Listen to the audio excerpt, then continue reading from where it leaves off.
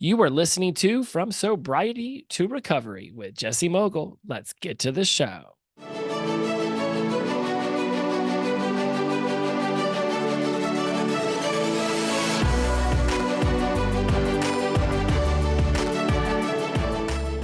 Welcome back to From Sobriety to Recovery. I am your host, Jesse Mogul. I am in addiction recovery.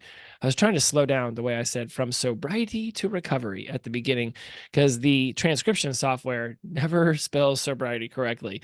So we'll see if slowing it down helped there, but we are not going to spend a lot of time just rambling on like I usually do because I really want to get into this subject one day at a time versus I'll never use again. And I touched on this a long time ago, back in like one of the first 5 or 10 episodes. So feel free to go back to the archives and check that out. You'll also notice 238 talks about passing the baton. The new you starts today. We talk about consistency and intensity in 233. What to do to make it through the first day, week, and month of sobriety, episode 194. That's an excellent one. And stop tolerating your life by taking control of your mind, episode 50. Some of these touched upon this topic, but not many of them really come at it the way that we're going to go at it today. And this is why. Because when we think about time, what we're doing is using our rational mind to create scenarios in our mind that could potentially get in the way of our experience of sobriety and long-term recovery. And when we first step into sobriety, there can be a lot of stress and anxiety and just recuperation that the body's already looking to achieve. And then on top of that, we start throwing in the mind games that we can play with ourselves about whether we're going to be able to make it for a week, a month, a day, however that plays out. Where we want to start to go with one day at a time versus I'll never use again is in many different ways. And I got a lot of notes, and I'm not really sure if I'm even going to want to get into these. And I feel like there's a flow that I'm needing to get myself into so I can really press into the way that I've been thinking about this for a little while. So some of this is going to get philosophical. It might sound a little abstract at first. I'm not really sure how it's going to come out, but we're just going to start spitballing it, and we're going to do this out loud, and we're going to see how it lands. So we want to look at it philosophically and also just cognitively, and if we really want to step back from the entire scope of what time is. One, is it a human construct? Is it not a human construct? I mean, time exists. A day on the planet Earth is not the same as a day on Mars or Jupiter or Venus or any of these other planets or galaxy 428 a long way away.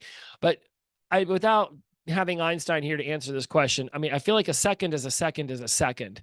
What we constitute as that amount of time that it takes to do that seems like it would be pretty constant. You go to a movie like Interstellar where they went off the spaceship down to the one planet with all the water, and while they were only down there for like 7 minutes, it was like 3 years upstairs in the spaceship. It's still, so a second on that planet still felt like a second on that planet, even though it was a lot more seconds on the spaceship. Time is still moving relative to where you're at. And you can't really understand how it might be moving for somebody else because you're living in the time that you're living. Somebody at an amusement park who thinks the day is flying by too fast isn't there next to the person at the DMV waiting, they're 117 in line and they're only at number 7. They're not there feeling the misery of sitting in the DMV. No, they're at the amusement park. They're having a blast. So to them, time is moving very quickly versus the person in the DMV who forgot their ear pods and their phone. So they're just sitting there staring at the numbers on the screen, wishing it would all just go away. When we are in the state of early recovery and we start going to meetings and people start pressing us into this idea of one day at a time, I think it can be very useful when our minds start to future pace. And future pace is a term we're using on the show when we start to imagine life ahead. And when we start to future pace ourselves too far out, what can end up happening is that we begin to create situations and scenarios where we are usually intoxicated based off of our past life. Now we're trying to enjoy these moments in our future life in our minds while not having had a lot of experience being sober in general, let alone at birthdays, bar mitzvahs, anniversaries, and weddings and the like.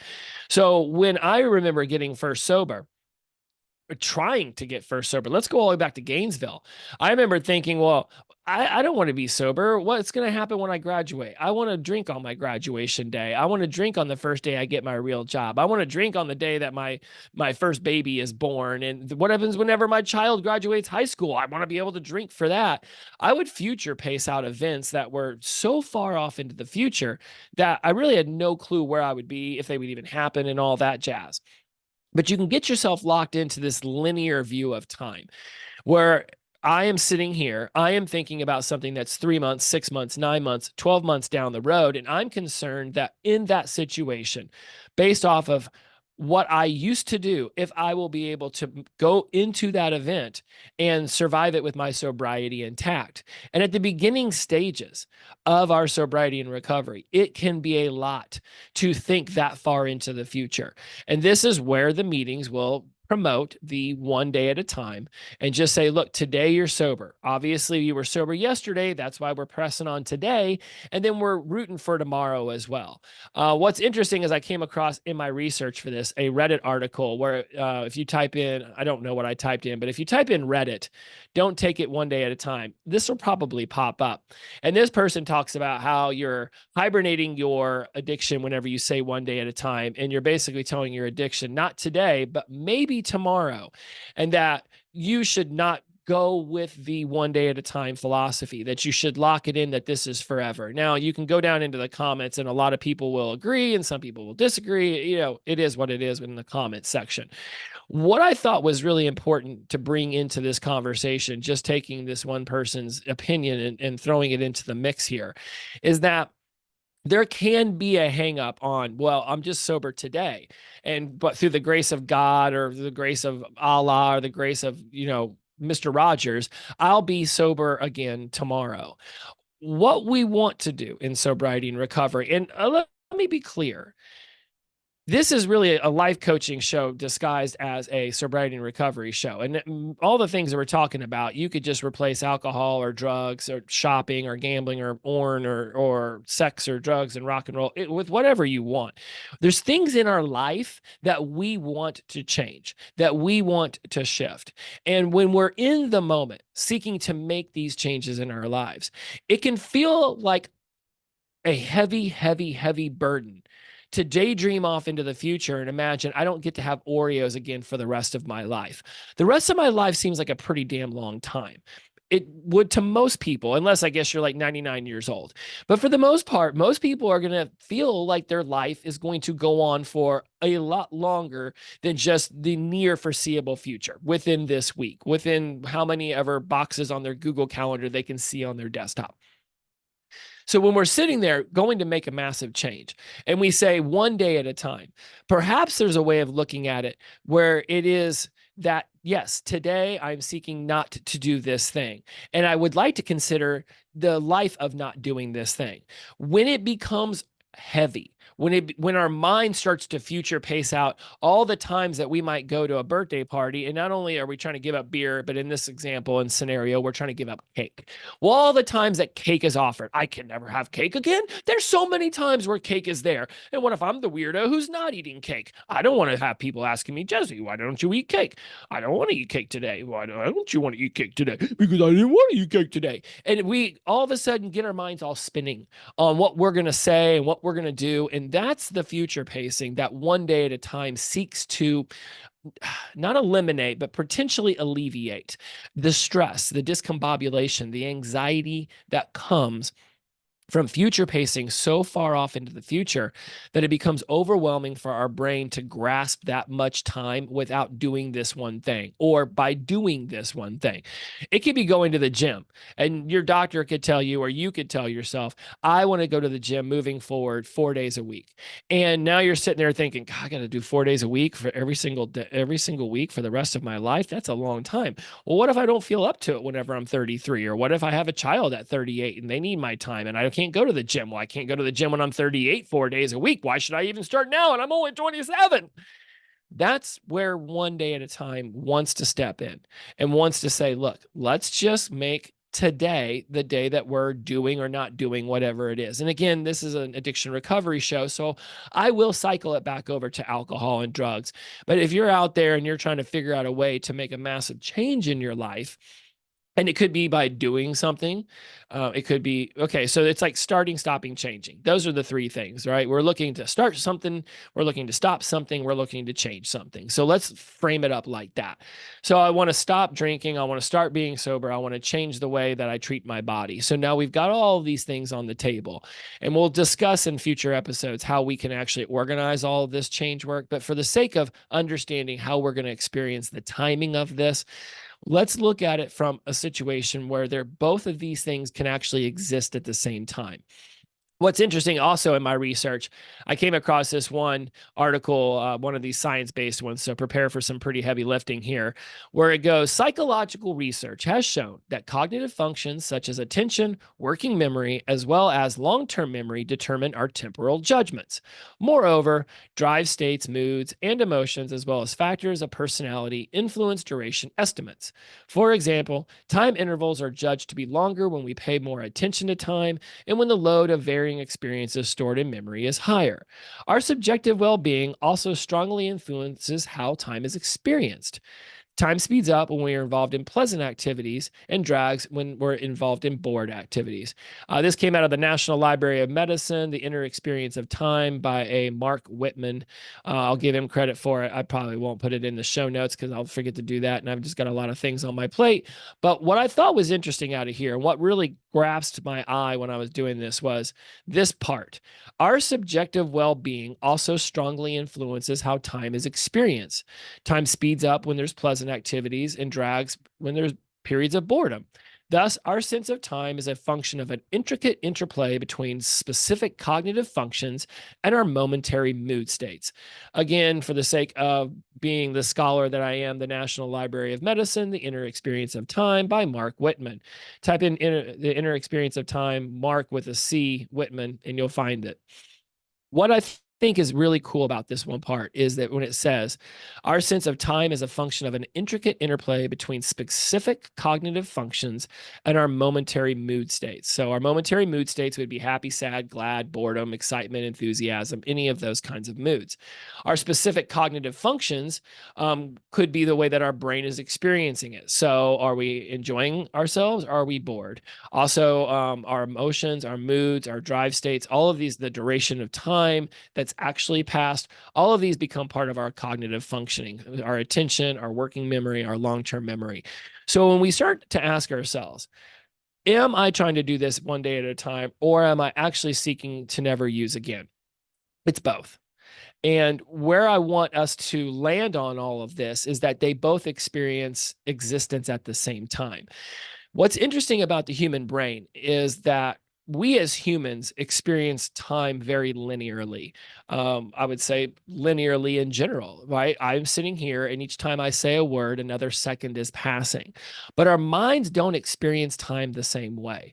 Think about this. You could be doing anything at any point in time and having a memory of something similar, having lunch with one of your friends, and now your brain starts to remind you of work that you have to do in the future. And then it starts reminding you of the last time you had lunch. And then it's also looking around and it sees a bee land on a flower. In that moment, your mind is actually in three different spaces of time. It's thinking about the future, it's remembering the past, and it's experiencing the present. So our minds can actually dance between those three time periods of past, present, and future. Whereas ourselves, where we are right now, is experiencing present only. And everything that we can think of that we remember is from the past. Even something I said 1 second ago is from the past. And anything that we start thinking about doing in the future is exactly there. Those are thoughts about the future. So when we get into early sobriety and recovery, a lot of our determinations about whether we're going to be able to experience early days of sobriety, are we going to be able to make it through those first few days? Are we going to go to all the meetings? Are we going to meet with our therapist? Are we going to do the journaling? Are we going to go do the steps?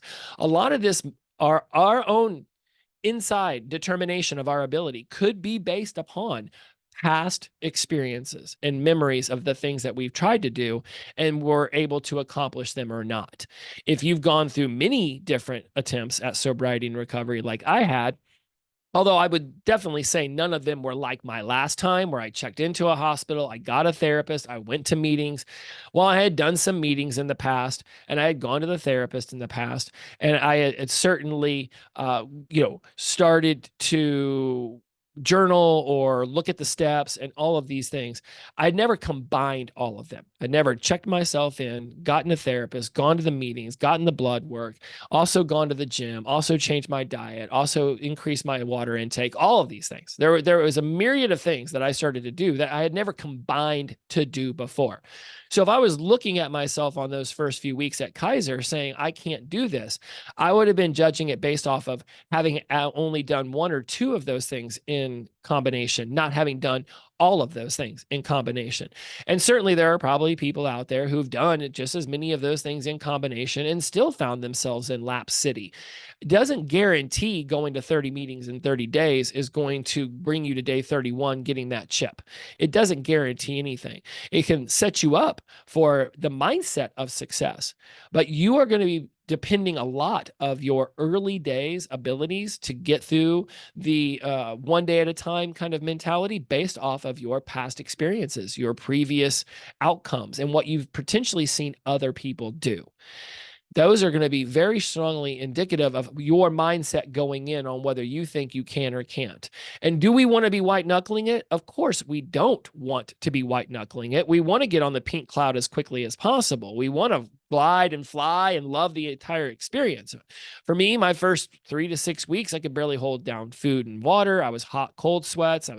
It was a total state of discombobulation. When I would find the burden of forever sobriety and recovery to be too cumbersome, I would remind myself that I'm just seeking to make it today. I think I brought this up on more than one occasion. The Unbreakable Kimmy Schmidt has the main character, Kimmy Schmidt, is locked in this bunker for whatever reason. We don't need to go into the plot, but there's this little handle that they're supposed to rotate. And I really think, if I remember correctly, it was just to keep them entertained.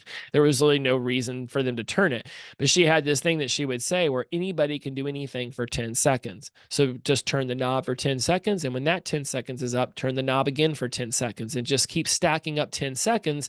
And eventually you've got a minute, and then you've got an hour, and then you've got a day. Similarly, we could look at our sobriety and recovery that way. Those initial days could be difficult. And when we're thinking of the one day at a time, it's just, let's just get 10 minutes. Let's just get 15. Let's get 25 minutes. Oh, I just got an emotional surge. I was triggered. Now my emotional stage says I need to go off and use. Okay, let's do some push-ups. Let's do some jumping jacks. Let's meditate. Let's journal. Let's turn on loud music and just dance around. You want me to, right? Like whatever it takes. We're seeking to break through that craving. And anyone who's ever gone to stop smoking cigarettes knows what it's like to try to just push through those initial stages of craving. I'm really excited to see. I just whacked my chin on the microphone and I jumped back from it like it was a rabid raccoon. I can't wait to see what headbanging looked like. I don't think that the camera was able to keep up with that. It probably pixelated. I got to stop jumping every time I hit my chin on this thing. So where am I going with all of this? Let's just reel it in for a second. Let's park and lot one day at a time, and let's think about the never going to use again. As I stated before, your brain can operate in all three sets of time at the same time. It can be living in the past, thinking about something in the past while it's experiencing something in the present. It can actually be daydreaming at something in the future. Like your brain has that capacity. So when you are locked in on one day at a time and it starts to feel like, okay, I got this. Let's rock and roll. Let's think about never using again. Let's just, for the sake of this, moving forward for a few minutes, think it doesn't feel cumbersome. I want us locked in on the one day at a time as far as, yeah, today's our present. Let's do today. But let's also have an eye on the future. If you're locked in at one day at a time and it's in that survival mode, well, survival mode is exactly what addiction is. Addiction is just trying to survive. What we're looking for is thrival mode. And in thrival mode, we are actually future pacing ourselves and thinking about what we're going to be doing in the future based off of our present actions. I've talked about this in the past, that we are not who we used to be. We are who we decide to be today, and then allow those actions we take today to create that version of us that we seek in the future. when we start to look forward for the I'll never use again. And whether this is alcohol, drugs, Oreos, candy, watching whatever, it does all of it. We can be thinking, okay, well, what are the actions I'm taking today that will create that version of me in the future? And how would that change the way I would feel in 30 days towards not drinking or using again? And how would that change in 60 days, in 90 days, in 180 days?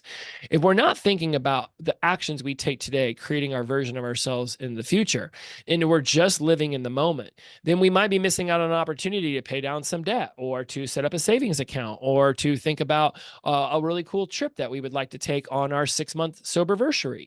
We want to be looking forward to the future, and we want to be utilizing our actions in the now to create this best life moving forward. That's something I think we can all agree on. There's not an argument about us wanting to be sober and in long-term recovery and creating our best life. You might be at that stage where you really want to get sober, you would like to settle down, you'd like to have a family, get a long-term job, be professional, get a mortgage, do all that, white picket fence stuff. And that's super awesome. And in the moment, yes, today we are not using because we have a strong belief in ourselves that we can, one, make it through anything. We've shown that in addiction. Why can't we just wrap our heads around this for a second? We put ourselves through hell during addiction. Yet when we get into sobriety, all of a sudden we think we're weak. We think we can't do things. I managed to figure out a lot of stuff after 2 a.m. I don't see how I can't utilize those resources to figure out a lot of stuff at 2 p.m. It's only a matter of the mindset we're taking into it. And I think that's where people get caught up, is on the mindset of one day at a time versus I'll never use again. And people will bicker back and forth about which one that they should be living in. You're living in both.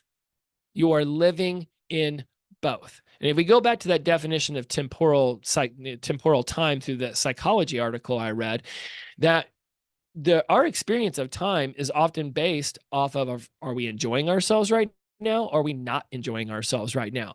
So a day could feel pretty freaking long if you are in a detox center and you're not allowed to watch TV or be on your phone or have any kind of entertainment. It can feel pretty miserable. Conversely, if you're in a really cool environment with a lot of people who are also detoxing and you're able to socialize and talk to one another, time probably going to move a little bit faster. An interesting study that got brought up with one of my tribal members, and I'm going to bring this study into a future episode, was that a study was done with rats, and I believe it was on coke or meth or one of these things, and opioids for sure. I'm pretty sure it's opioids. Anyways, don't hold me to it. We'll bring it up later. We'll make sure. But anyways, these rats were doing all these opioids. Well, somebody went back and looked over that study and realized that the rats were in isolation. And so because the rats were in isolation, yeah, naturally they would probably keep going back to the opioid drip and pushing the little button and getting some more opioids.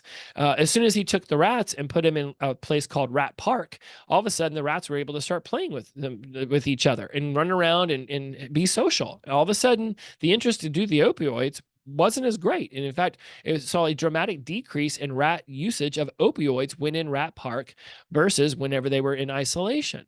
So we can utilize that study in just this one little area that we're talking about right now to determine that there's a very good chance we're going to enjoy our sobriety and recovery a hell of a lot more when we're in Rat Park rather than isolating ourselves. And if you're locked into the one day at a time versus I'll never use again, and it starts to feel cumbersome, either one can honestly feel cumbersome. You could want to experience the future now, but be stuck in the present, living out your past in your mind. And you could be doing the one day at a time thinking, well, if I'm just doing one day at a time, then what's my next week going to look like? I mean, if I'm just literally happen to agree with myself every morning when I wake up that I want to still be sober, that just seems like a whole lot of pressure to have to agree with myself, recommit to myself every single morning that I'm going to be sober.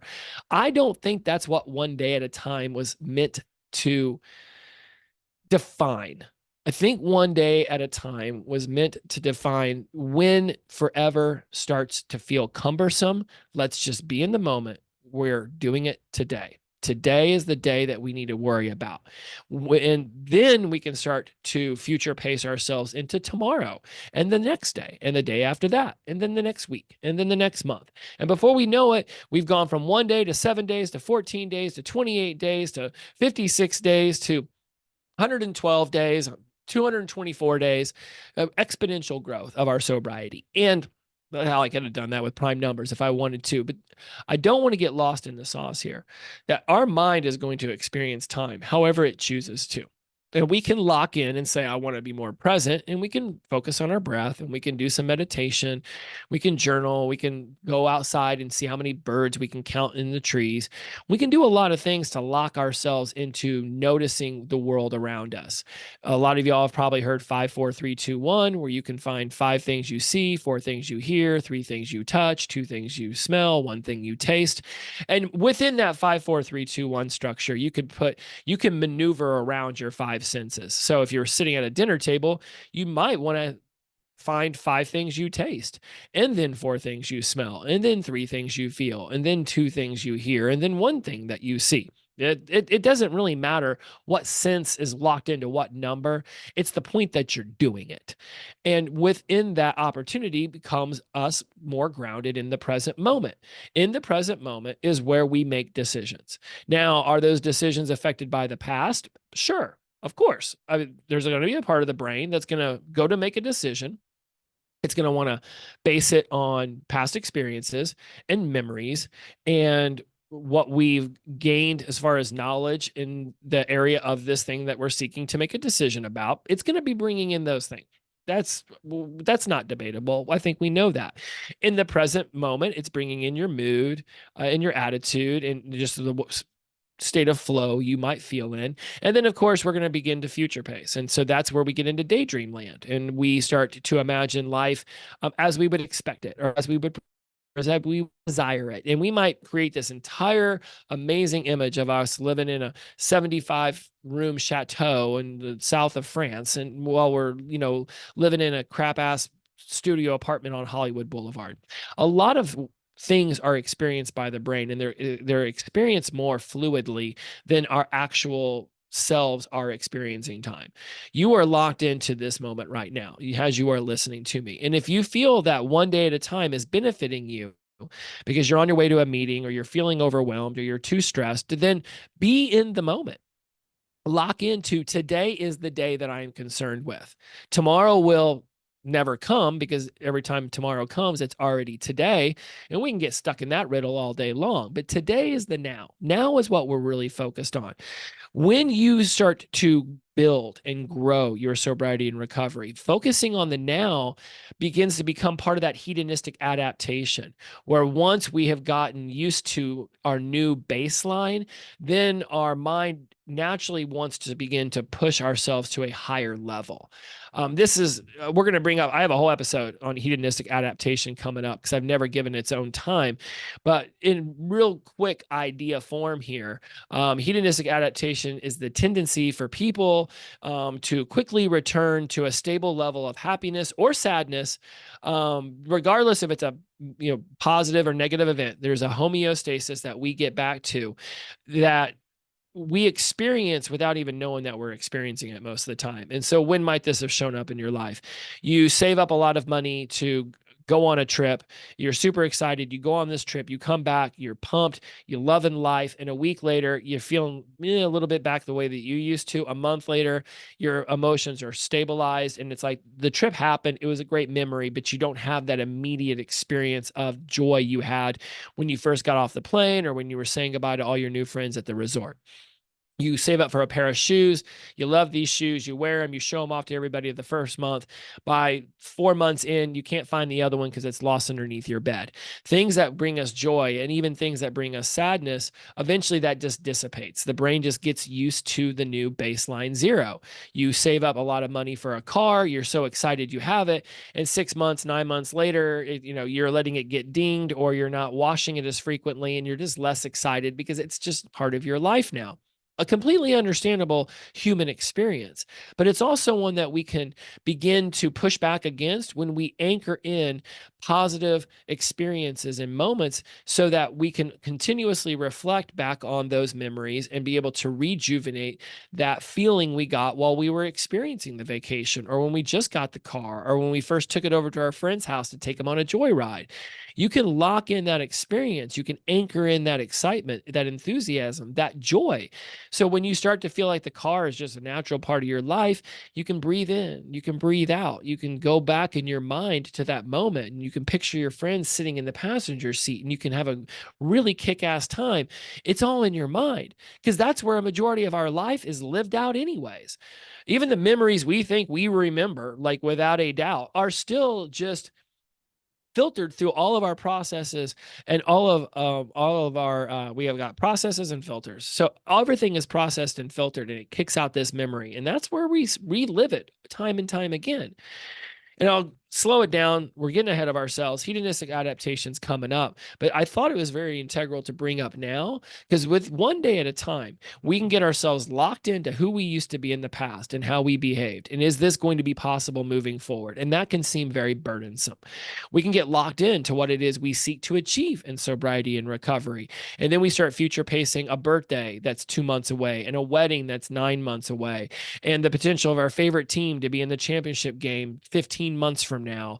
And, oh, I might get married, or I might have a baby, or something, my parents might die, and I'm going to want to go to the bar and get drunk with all the family members as we retell the glory days of my parents in their prime. All of these things are going to just be these future paced daydreams that our mind creates, that we allow to become barriers to our sobriety and recovery in the early stages, when that's all just make-believe land.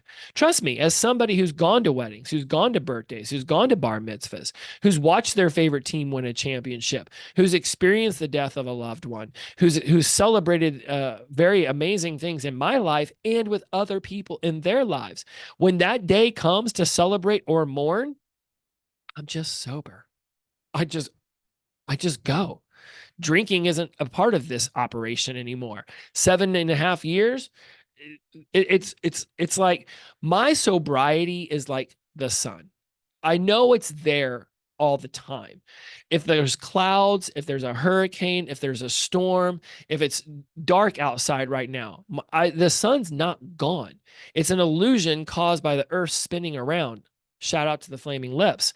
The sun is always there. I can't see it right now, but it doesn't mean that it's not there. It's like my sobriety. Even on the darkest of days, when the clouds seem the thickest and the storm seems to be ravaging my life, the sunshine's still there. And if I could go high up enough above those clouds, I'd see it. But I can't. Right now, I'm on the ground and I'm experiencing my life. And acting like the sunshine's not there just because it's dark is foolish. That's just not the way that it is. So if I catch myself getting overwhelmed by what life might look like in 30 years if I'm still sober, then I just immediately hear myself say if, and I say, well, why would it be if? If I decide today, and I keep deciding every day, and I've already committed to forever, but I'm not letting myself get overwhelmed by the word forever and the feelings that forever can instigate within my cellular structure. I'm not going to do that. I'm going to be in the here and now.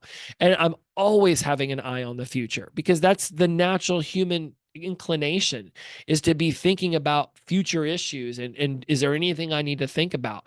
I got my credit score to go from like a 520 into the high 700s.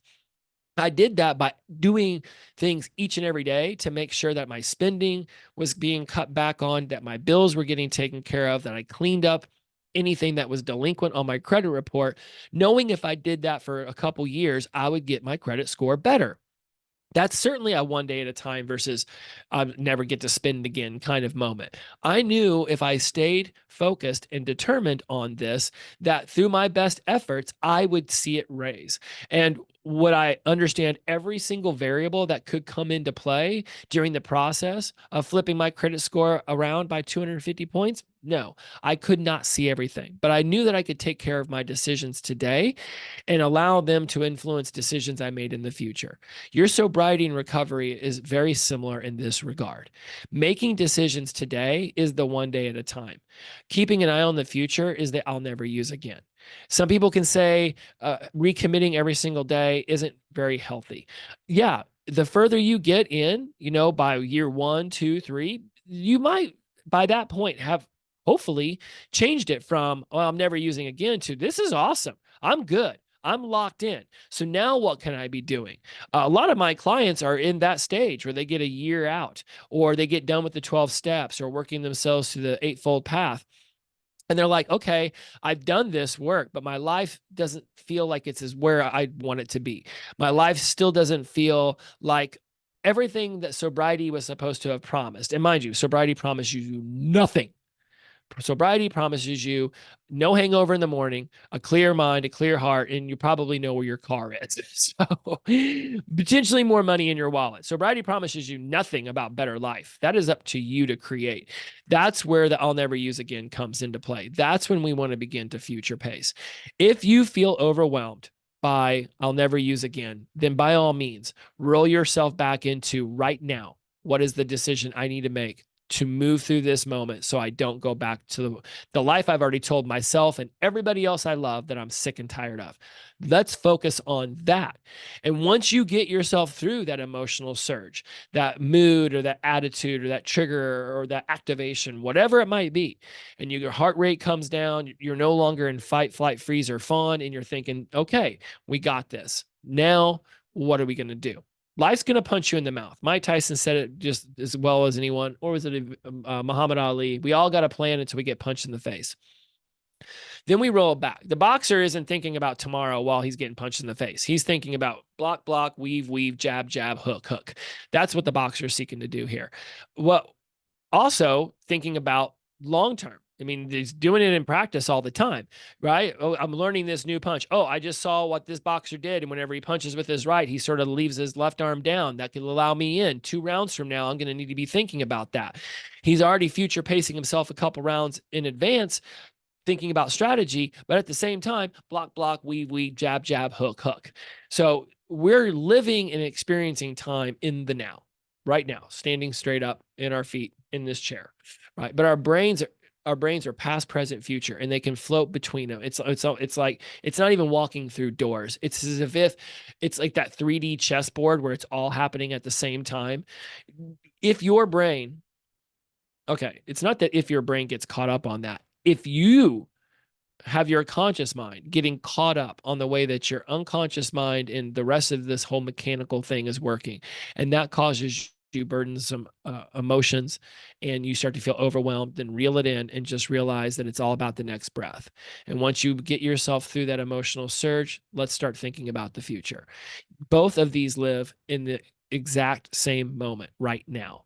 I'm talking about this and thinking, have I covered everything? Am I rambling at this point? Should I have already closed up the show? Where's my mic drop moment? Let's wrap it up.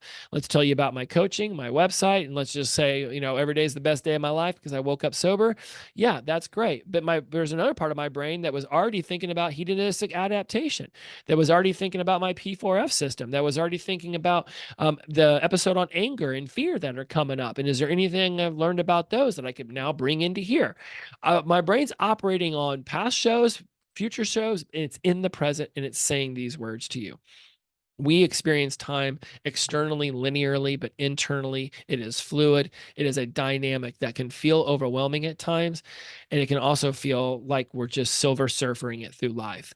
When you feel overwhelmed, bring it in and think about the now. When you have moved yourself through that, begin to go back into that future pacing and make decisions today that future version of you will be so glad you made. It's like getting the degree at UF. I thought it was a waste of my freaking time then. I've still got that shingle on my wall behind me. And while I am very proud that I made it through that alive, that shingle means a lot less to me than the one from Grand Canyon University is going to mean to me when I get my master's in psychology. Because I know I put in a ton of work for this master's in psychology. I know I did not put in a lot of work and I achieved that one. I almost feel like I should give it back to them because I half-assed my way through that entire thing. And a 2.3 is C's get degrees, but I was making the decision to stay in school based off the fact that I knew at some point in my life, I was going to want to have that degree. If nothing else, to tell a future employer that I had the damn thing. But I didn't really care. It didn't matter to me as much as the symbol of it mattered to me. So I made a decision at a young age to do something for future Jesse that present Jesse in that moment was pretty annoyed by and did not want to do. There's going to be a lot of that in our sobriety and recovery too. We're going to have to push ourselves through things. We're going to have to go to events with people that we may not want to go to. We're going to have to be involved in things that we're like, oh my God, if today were a drinking day, but it's not. Today's not a using day. Today's not the day to go backwards when we know forwards is where the light is. You have a decision to make each and every second of your life. And it's not just on sobriety and recovery, it's going to work, it's paying your bills, it's getting on your phone, it's doom scrolling, it's being loving to your partner, it's not yelling at your kids, or it's yelling at your kids and being a jerk to your partner. We're making these decisions every single day. Are we making the decisions that will benefit us long term? That's where our head needs to be at.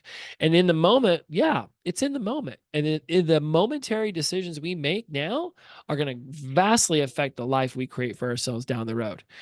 It's just up to us to not feel overwhelmed by forever or further down the road, and just realize that we are just here taking this breath, listening to this podcast, making decisions in the now, so that future version of ourselves looks back and says, thanks, dude. I really appreciate that.